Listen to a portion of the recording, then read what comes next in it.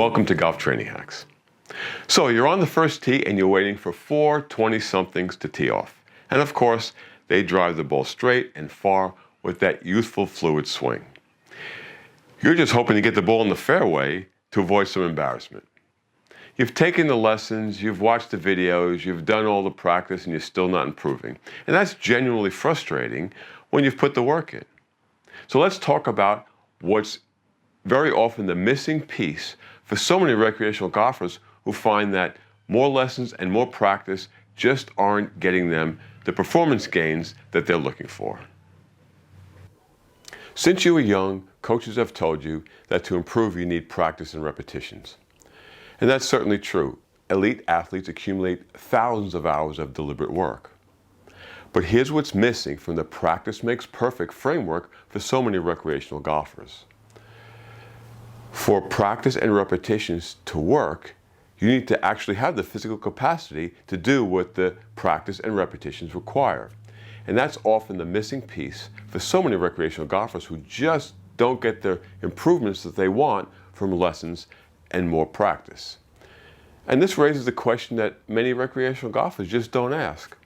Well, if not lessons and practice, how am I going to improve my golf swing? So what's missing? Well, first let's talk about the demands that the golf swing places on a body. It's one of the most complex rotational movements in sports.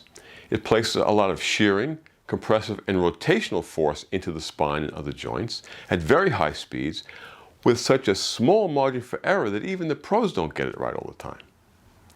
Now ask yourself this: are some daily activities becoming a little more difficult?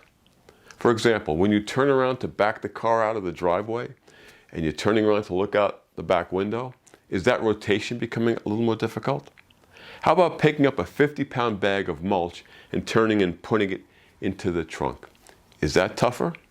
What about getting down and up off the floor? Has that become a little more difficult?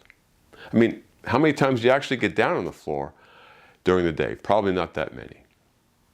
So now you're asking a body that's beginning to have limits in the physical capacity necessary to even do daily activities to perform under the high demands of a golf swing.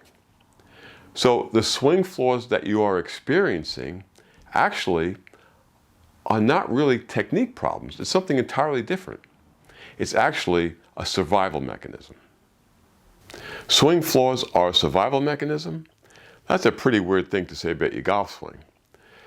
Here's what I mean by that. Your body is trying to survive the forces of a golf swing it doesn't have the physical capacity to handle. When you don't have the physical foundation to handle the forces of a golf swing, your body is going to do the only thing it can do. It's going to compensate. It's going to find workaround movement solutions to replace the movement options that it doesn't have. Now that's not a technique problem, that's a physical capacity problem. That's a survival mechanism. When your body has limited movement options, your brain will find alternative movement solutions, even if they're not the best solutions, rather than place your joints and soft tissue at risk for injury. That's because your brain is set up to help you survive. From an evolutionary point of view, if you can't move, you can't find food. If you can't find food, you can't eat. And if you can't eat, obviously, you can't survive. So your brain will always look for movement alternatives, even if they're not the best alternatives, to keep you moving. And that's going to help you survive. Well, that's good for keeping you alive, but it's not so good for your golf swing. Here's what's so frustrating. Those compensations are treated like swing flaws, but they're not swing flaws. They're symptoms of physical capacity limits. So when you go to a lesson, your pro tries to fix it. When you watch a video, you're trying to fix it. You take what you learned to the range and you practice and you try to fix it, but the compensations come back and nothing changes because the body hasn't changed. All you've done is deal with symptoms and not address the root cause. So 10,000 hours of practice, 10,000 swings, 10,000 range sessions won't fix it. What's going to fix your swing is improving your movement quality. And not just your movement quality on the range or during a round or when you're swinging, but improving your movement quality every day. That's so important. And that's what this channel is about, and that's what Golf Training Hacks is about. We want you to improve your movement quality every day, and that's going to translate into improved performance. If you're looking for a more comprehensive approach to building the physical foundation that your golf swing needs, the programs at golftraininghacks.com are designed specifically for that.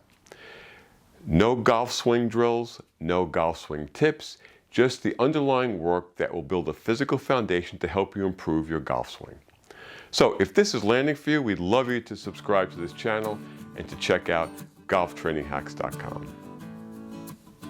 At Golf Training Hacks, we not only want you to play better golf, but we want you to move better and feel better every day, so you can play the best golf of your life for the rest of your life.